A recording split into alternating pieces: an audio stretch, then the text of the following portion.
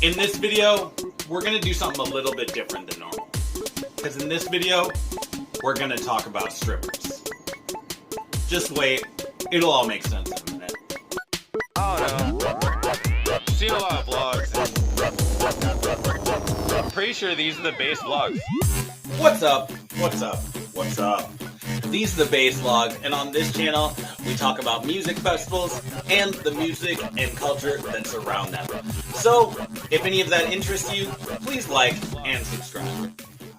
First of all, I did want to mention, I understand that nothing I say in this video is going to cause you to change your religious beliefs or anything like that. So, if that's the reason you don't agree with me, I can't really blame you. But if I do manage to change your religious beliefs in this video, then definitely subscribe, because I might start a cult later. Now, let's talk about strippers. This video was inspired by a post I saw on Facebook where this gentleman posted that he couldn't believe that there were girls out there selling their nudes for money when they could just get a real job. What lazy pieces of shit. That's what his Facebook post said. And when I saw that post, it made me think a little bit. Are people who sell nudes, or people who strip, or people who do lots of different jobs that aren't commonly respected, are they lazy? Are they worthless? So I took some time to think. I took some time to look through this guy's comments, and I noticed that he seemed to have this idea that everything that these women were doing, they were doing to avoid work. They were doing to get free money.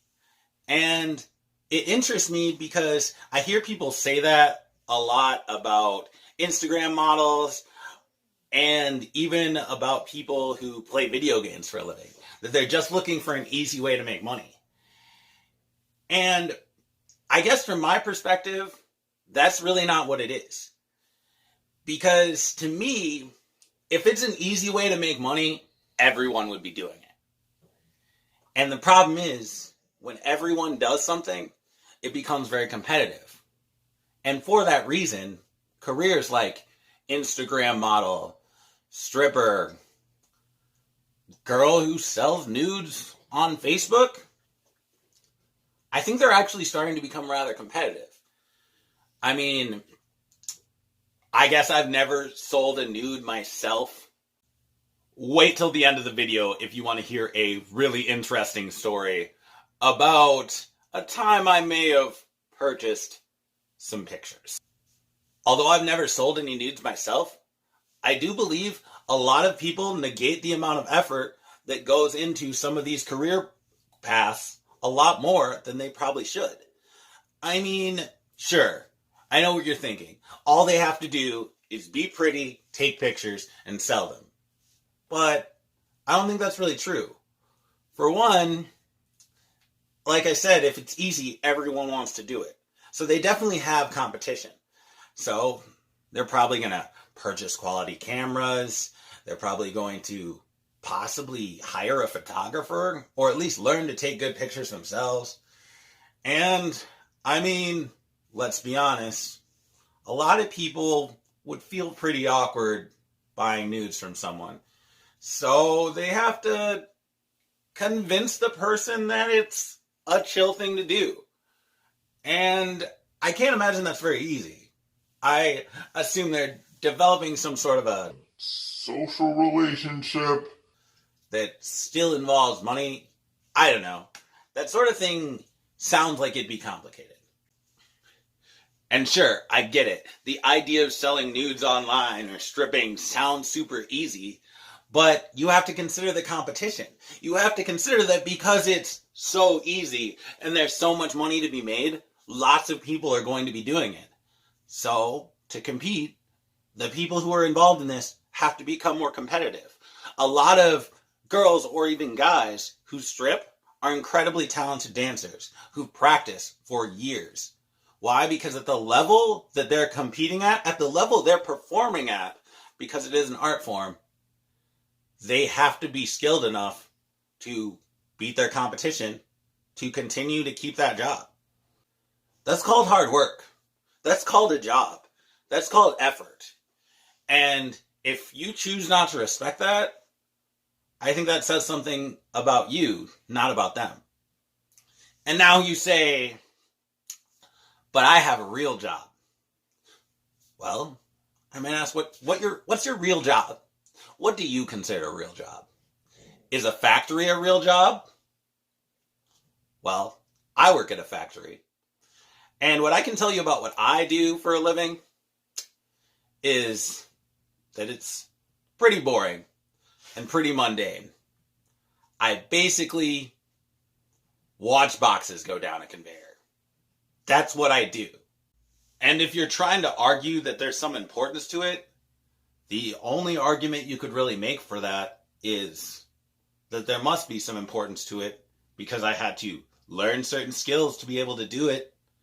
I had to try my best to do it well so that I could avoid getting fired or getting in trouble so that I could make sure that I get my raises. And I feel like that's what people do in those career fields. I feel like that's what people do when they're selling nudes. I feel like that's what people do when they're stripping. I feel like that's what people do when they're trying to become an Instagram model. No matter what your career is, you have to try your best to compete at a reasonable level to keep that job, or better yet, to advance yourself in that career. And if you're at a job where you don't feel like you have to make much effort to succeed, then it's likely that it's not a very good job, or that not many other people want it. Because if something is good, if something is easy to do, people are going to want to do it because people have to make money, and people like to make money in an easy way. I don't know. I just think that it's crazy that we disrespect someone because they work in a career field that we don't believe requires any talent. If it doesn't require any talent and it makes a lot of money, you should do it. That's all I'm saying. If stripping's so easy and it doesn't require any talent and it makes a lot of money, then why don't you try it, Sharon? I don't know. I don't think stripping's easy. That's why I don't do it. I can't dance. I don't think I'd be a very good stripper. I keep in pretty good shape, but I'd have to have my teeth fixed. I'd have to do all sorts of things to be competitive in that industry that I'm not comfortable doing. And that's why I can't disrespect the people that do it, because I couldn't do it. I don't know. I just think we really need to be more respectful of other people's life choices instead of judging everyone just for being different. So now, the moment you've all been waiting for. I'm going to tell you an embarrassing story about a time I bought some dirty pictures. Or at least a time I tried to buy some dirty pictures. So it all started when we were at this underground new age dubstep party that a couple DJ friends I know put together. It was super fun. Well, after it was over, we ended up going to an after party. And the owner of the house the after party was at, she happened to be a stripper. And we got to talking. She seemed like a pretty cool person. So I ended up adding her on Facebook. Well, as days went on, I got bored and I decided to check her Facebook. And I noticed she had some interesting posts about how she had some pictures for sale. She was attractive, definitely attractive. But I'm not the type of person to buy pictures like that. I mean, I guess maybe I feel like I don't have to. Maybe I just don't feel comfortable doing it. So I didn't give it another thought. Until I got swasted. So one day, at about 2:30 in the morning, I decided I wanted to see what this young lady had for sale. And it's crazy because I didn't start a conversation. I didn't really look at anything, mostly because her page was pretty clear. $20 got you 6 pictures and a personalized video, which is a pretty good price. I think the video was only going to be like 2 minutes long, but that was going to be enough time. I definitely knew that was going to be enough time. So I PayPal'd her $20. I don't believe she was awake at the time, so she didn't respond. So I went to sleep without my video. My dog is being so much right now. My dog's being so extra right now. So I went to sleep without my video. In the morning, I completely regretted my decision, but I was still ready for a pleasant surprise of some pictures and a video, because I'd already paid for it. And you know what? I never got that video. I never got those pictures. The PayPal went through, she got the money, but I'm too nervous to address that situation, because I'm not about to be like, hey, lady, you know when I paid you money to see you naked, and you never sent me that? I mean, I'm personally not into that sort of thing, but like I already paid for it, so I kind of want to see you naked. Like, I can't say that to a person. And I guess I mostly decided to make this video because festival culture is so accepted.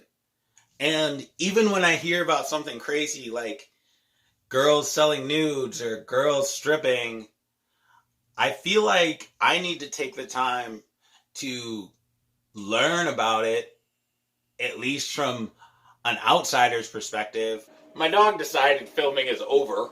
She's over it. So I guess that's the video. Just remember, you're my base friends.